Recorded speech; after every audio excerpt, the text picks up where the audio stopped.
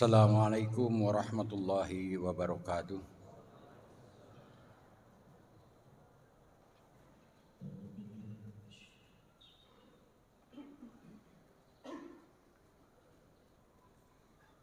Allahu Akbar,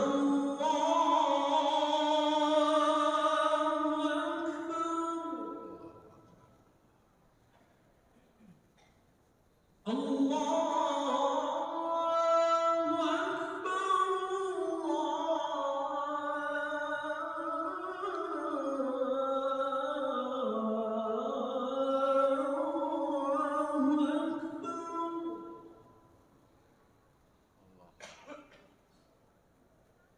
أشهد أن لا إله إلا الله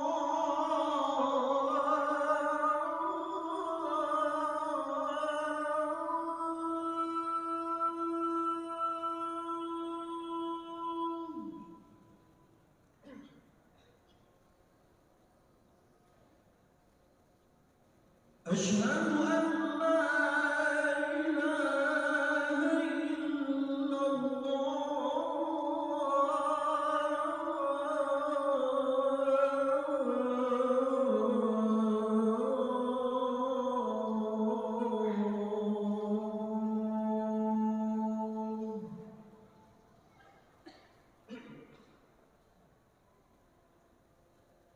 أشهد أن محمدا رسول الله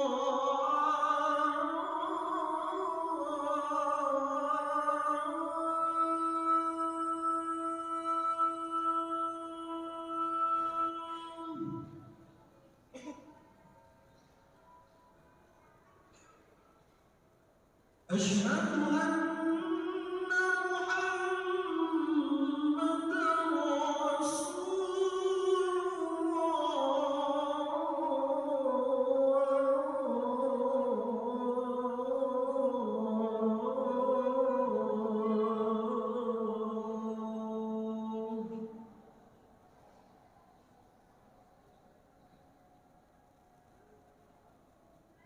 حي على الصلاة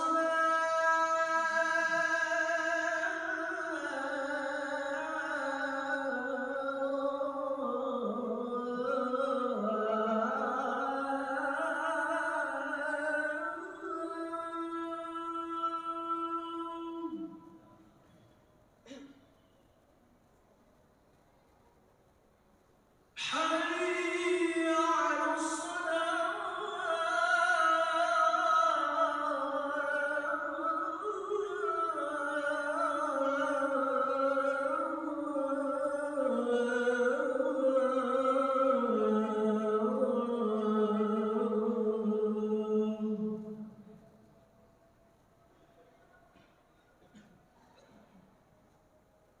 حي على الفلاح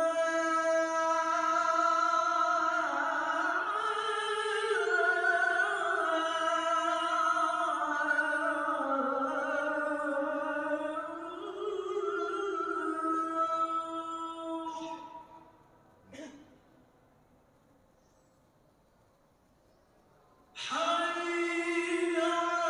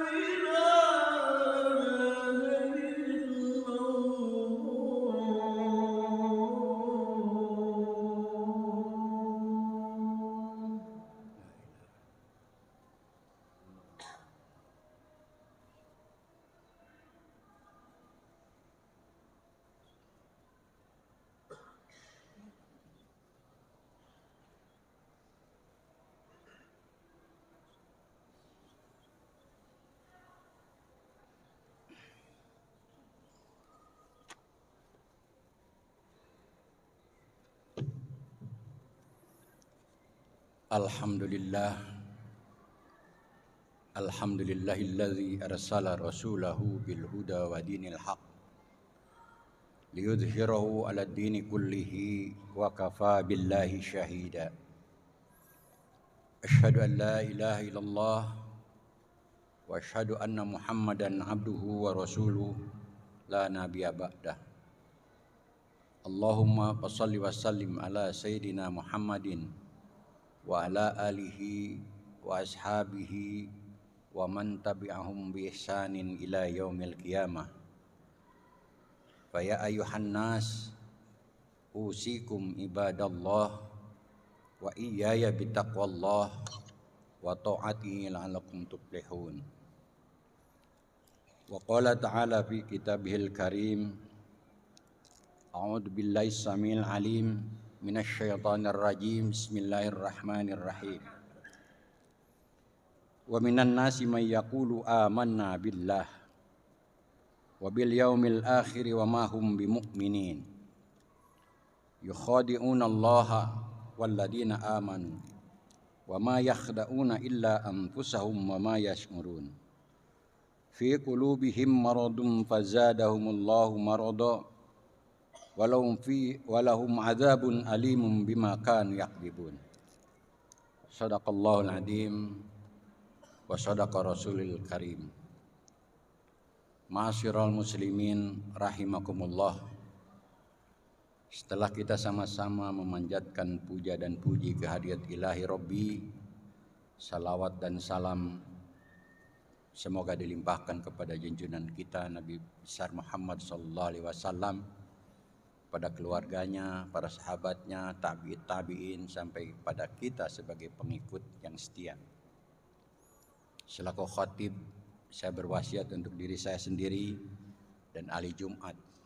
Pada umumnya, marilah kita sama-sama meningkatkan keimanan ketakwaan kita dengan cara meningkatkan pemahaman dan penjiwaan terhadap ayat-ayat Allah, wabil khusus ayat-ayat Al-Quran. Dan tentunya kita berupaya seoptimal mungkin untuk melaksanakan apa yang terkandung di dalamnya. Karena Al-Quran itu merupakan hudan, petunjuk bagi manusia, hudal linnas wa bayyinatin minal huda wal furqan, dan penjelasan atas petunjuk-petunjuk itu. Lebih khusus lagi, Al-Quran sebagai petunjuk bagi orang-orang yang bertakwa. Tidak boleh ada keraguan sedikit pun bahwa Al-Quran itu adalah petunjuk bagi kita untuk memperoleh kebahagiaan abadi, kebahagiaan dunia dan akhirat. Hadirin rahimakumullah, muncul pertanyaan bagaimana untuk kita bisa memahami, mendalami, menjiwai Al-Quran itu. Bagaimana mungkin kita bisa memahami, menjiwai sementara kita tidak pernah belajar dari apa yang ada di dalam Al-Quran itu? Tentu bukan suatu hal yang mudah untuk memahami kandungan ayat itu tanpa pengetahuan dan ilmu yang memadai. Namun demikian, para ulama tafsir mencoba untuk mencari metode, cara yang terbaik dan termudah untuk kita semua, supaya kita mempelajari kandungan Al-Quran itu dengan mudah. Hadirin rahimakumullah, ada 4 metode untuk memahami kandungan Al-Quran dengan mudah. Dan ini merupakan salah satu disiplin ilmu dalam ilmu tafsir. Yang pertama ada yang disebut metode tahlili. Mempelajari Al-Quran secara rinci. Ayat demi ayat, bahkan kata demi kata, bahkan huruf demi huruf. Dan mempelajari Al-Quran dengan metode ini memerlukan waktu yang cukup lama. Tentu ini biasanya digunakan di tempat-tempat khusus seperti di pesantren-pesantren yang tak khusus dalam bidang Al-Quran. Yang kedua, metode ijmali. Metode memahami Al-Quran secara global, garis besarnya. Dan yang ketiga, metode memahami kandungan Al-Quran itu dengan metode yang disebut muqarron, membandingkan hasil penafsiran satu ulama atau satu tafsir dengan tafsir lain, kemudian dibandingkan dan diambil kesimpulan oleh kita.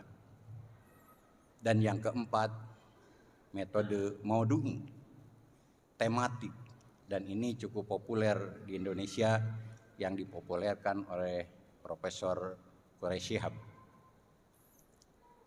Pada kesempatan ini saya akan mencoba untuk mengambil salah satu metode yang paling mudah, yaitu metode ijmali, garis besar. Kita dibantu di dalam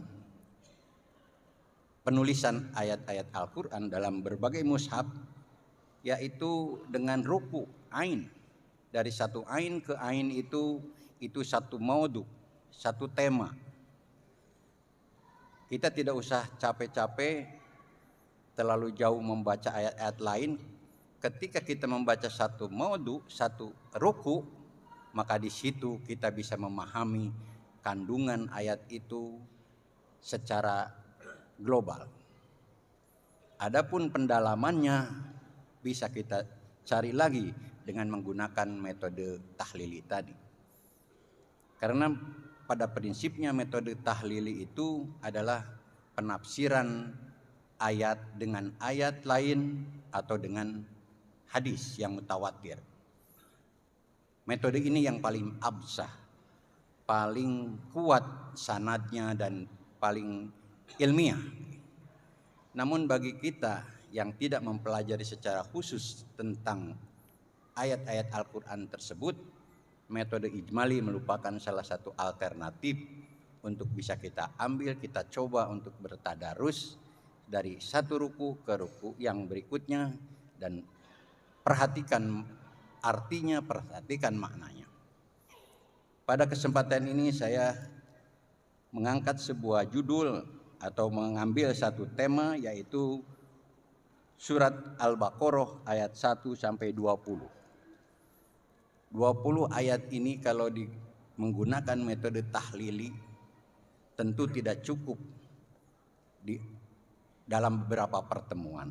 Mungkin perlu lama karena satu huruf demi huruf atau satu kata demi kata dipreteli dan diambil maknanya serta keterkaitan dengan ayat. Tapi metode ijmali ini kita baca terjemahannya dan tangkap maknanya secara sederhana. Pada ayat 1 sampai 20 surat Al-Baqarah, Allah mengkategorikan manusia ke dalam 3 kategori, 3 gelombang, 3 kelompok manusia. Yang pertama, kelompok orang yang bertakwa.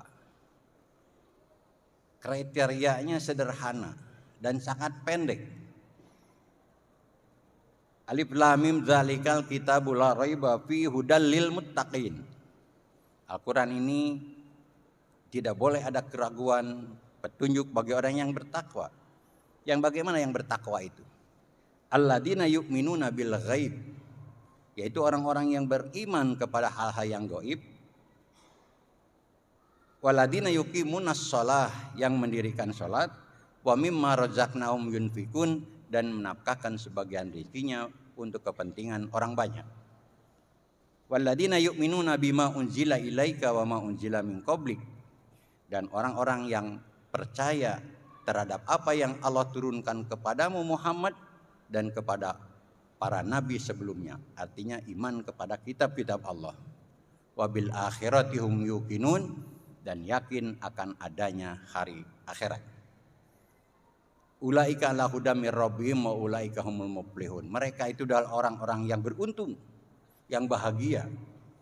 Insya Allah mereka bahagia dunia dan akhirat. Itu kelompok pertama yang disebut orang yang bertakwa. Dalam 20 ayat itu cukup hanya 3 ayat saja menjelaskan orang yang bertakwa. Demikian pula menjelaskan lawan orang bertakwa, yaitu orang yang kafir. Innal ladzina kafaru sawa'un 'alaihim a andartahum am lam tundirhum la yu'minun.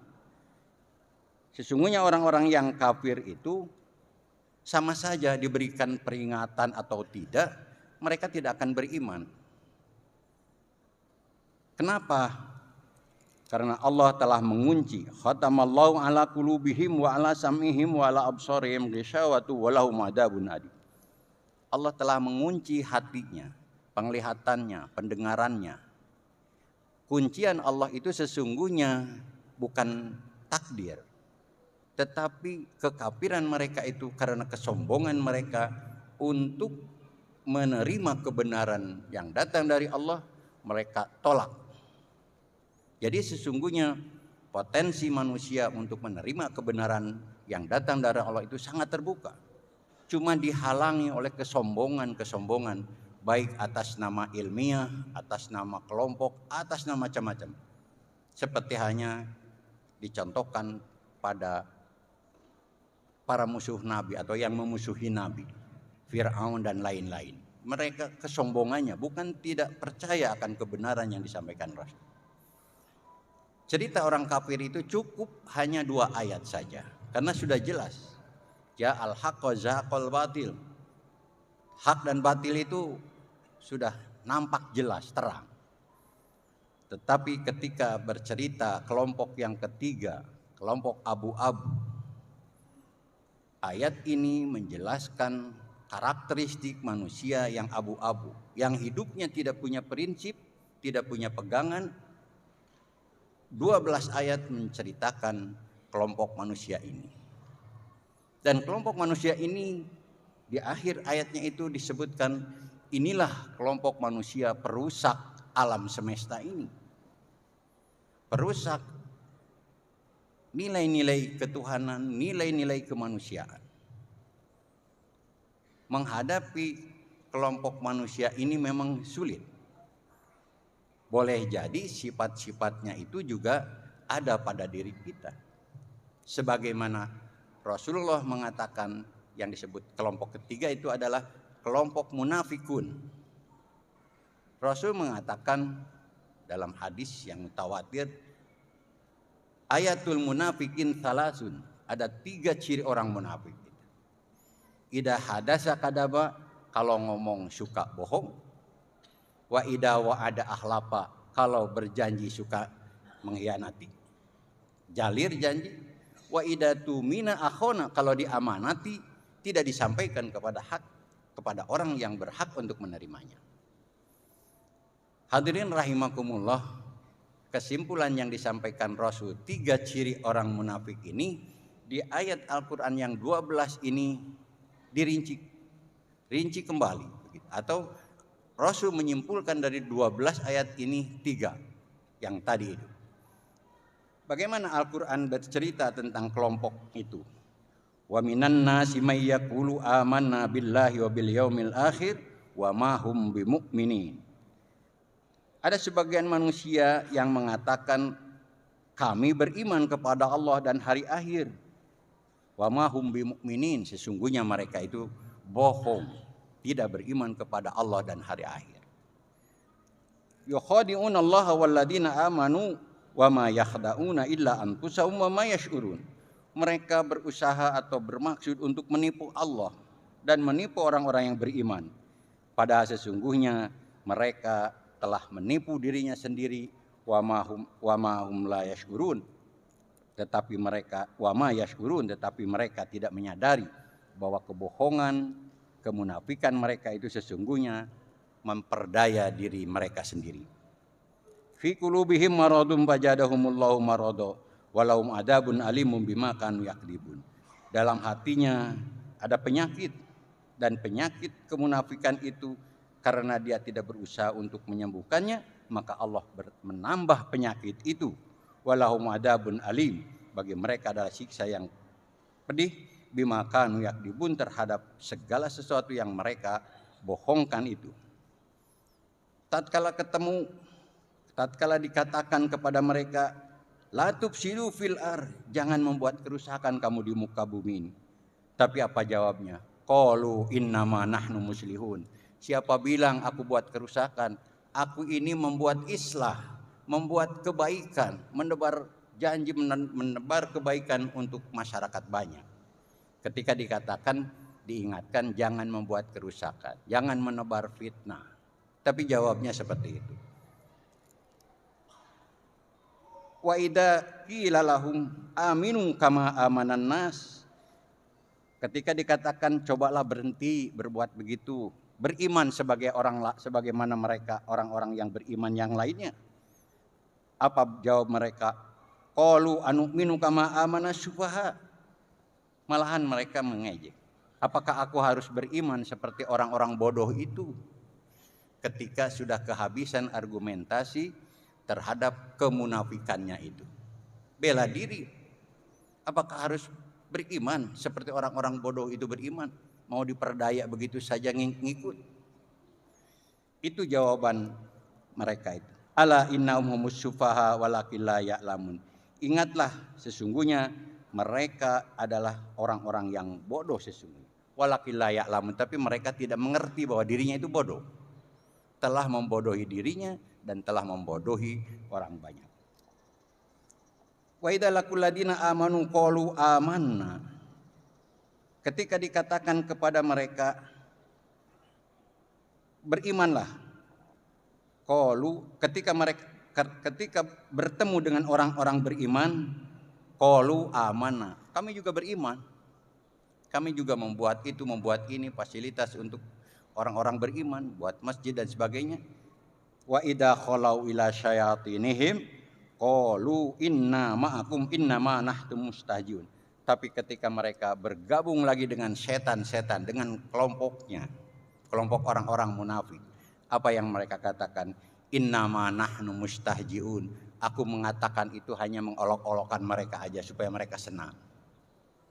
Itulah karakter orang munafik itu.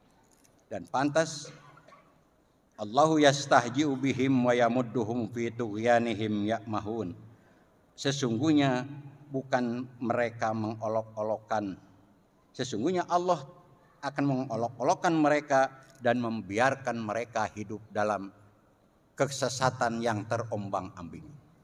Mereka terombang-ambing dalam kesesatan, bingung. Kebingungan yang dahsyat tatkala mereka sudah tidak punya lagi alasan. Dan pada akhirnya mereka menjual ulaikal ladzina ishtarawud dhalalata bil huda fama rabihat tijaratuhum wa ma kanu muhtadin. Mereka menjual kebaikan, agama, kebenaran dengan kesesatan untuk membela dirinya karena mereka sudah kehabisan akal. Sesungguhnya kesadarannya itu ada, tetapi sudah tidak punya alasan lagi untuk kembali kepada keimanan. Padahal sesungguhnya jika mereka sadar bahwa akhir daripada segala persoalan itu bukan kematian, tapi justru kematian awal dari kehidupan yang sesungguhnya. Jika mereka bertobat dengan berbagai kesalahan, dengan prinsip-prinsip yang membuat alam semesta itu rusak, prinsip orang munafik, yang penting untung, biarin siapapun yang lain, orang lain itu rugi, yang penting saya untung, dapat itu dapat ini. Pada akhirnya berani menjual, menukar kebenaran dengan kesesatan. Diibaratkan dalam Al-Quran, mereka menjual belikan kebenaran. Dalam hal ini agama dijadikan permainan. Sesungguhnya mereka tidak beruntung. Bahkan mereka berada dalam kesesatan yang nyata dan hidupnya dalam keadaan terombang-ambing. Wa makan tadin, dan mereka tidak mendapatkan petunjuk sedikit pun. Hadirin rahimakumullah, ayat berikutnya juga masih 3 ayat lagi menggambarkan bagaimana kesulitan, kesesatan, bahkan bagaimana kebingungan mereka. ketika mendengar kebaikan sampai ke telinganya mau menerima gengsi, tidak menerima benar. Akhirnya itulah kehidupan orang yang munafik, yang tidak jelas hidupnya, tidak punya prinsip hidupnya, bagaimana ramenya. Dan itulah kata Allah di dalam Al-Quran, innamal munafiqin fid darkil asfali minan nar. Sesungguhnya tempat orang-orang munafik itu fid darkil asfali minan nar. Innal munafiqin fid darkil asfali minan nar. Tempat orang-orang munafik itu di keraknya api neraka, paling panasnya api neraka. Karena apa? Tidak jelas apakah dia mukmin, ngaku mukmin, disebut kafir, nggak mau, disebut mukmin, merusak Islam. Makanya pantas balasannya, innal munafiqin fid-darkil asfali minan nar. Sesungguhnya balasan orang munafik itu adalah di api neraka yang paling panas. Naudzubillahi min dzalik. Mudah-mudahan kita tidak termasuk golongan seperti itu. Keimanan, keislaman kita masih ada tentu, dan kita terus bina. Salah satu membina keimanan ketakwaan gitu, yaitu dengan bagaimana kita memahami, meningkatkan pemahaman kita terhadap ayat-ayat Al-Quran secara benar, dan juga kita senantiasa mencoba untuk mengamalkan kandungan ayat yang kita pahami. Barakallahu li wa lakum.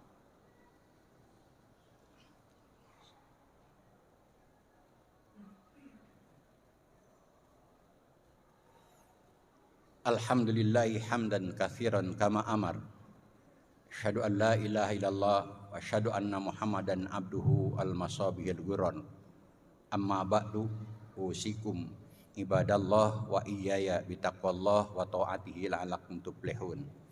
Innallaha wa malaikatahu yusholluna 'alan nabi. Ya ayyuhalladzina amanu shallu 'alaihi wa sallimu taslima. Ma'asyiral muslimin rahimakumullah. Dalam situasi seperti sekarang ini, potensi orang untuk masuk ke golongan yang ketiga itu sangat terbuka. Oleh sebab itu, hati-hatilah menghadapi kehidupan atau memanfaatkan sisa-sisa hidup kita. Jangan sampai kita terjebak ke dalam kesesatan itu. Karena apapun yang kita amalkan, kita lakukan, ketika kita nyerempet ke kelompok yang ketiga itu, sudah dekat masuk kepada kekufuran. Oleh sebab itu, mari kita sama-sama rapatkan barisan, mengkaji al-Islam secara benar dengan metode-metode yang tadi saya sampaikan. Mudah-mudahan kita bisa bertadarus, bukan hanya membaca semata. Karena alhamdulillah tidak menutup mata, semangat belajar Al-Quran dari sisi membaca dan menghafal kita lihat sangat menggembirakan. Tetapi untuk pemahaman dan pengamalan, tidak lucu mayoritas muslim yang banyak paham atau bisa baca Quran, hafal Quran, tetapi nasib kaum muslimin sepertinya tidak jelas. Dan ini diprediksi oleh Nabi SAW, sayati ummati zaman, akan tiba kepada menimpa umatku satu zaman di mana mereka itu banyak, tetapi kal jabadil bahr, bagaikan buih di atas laut. Kenapa? Diombang-ambing ke sana ikut saja. Kenapa hal itu terjadi?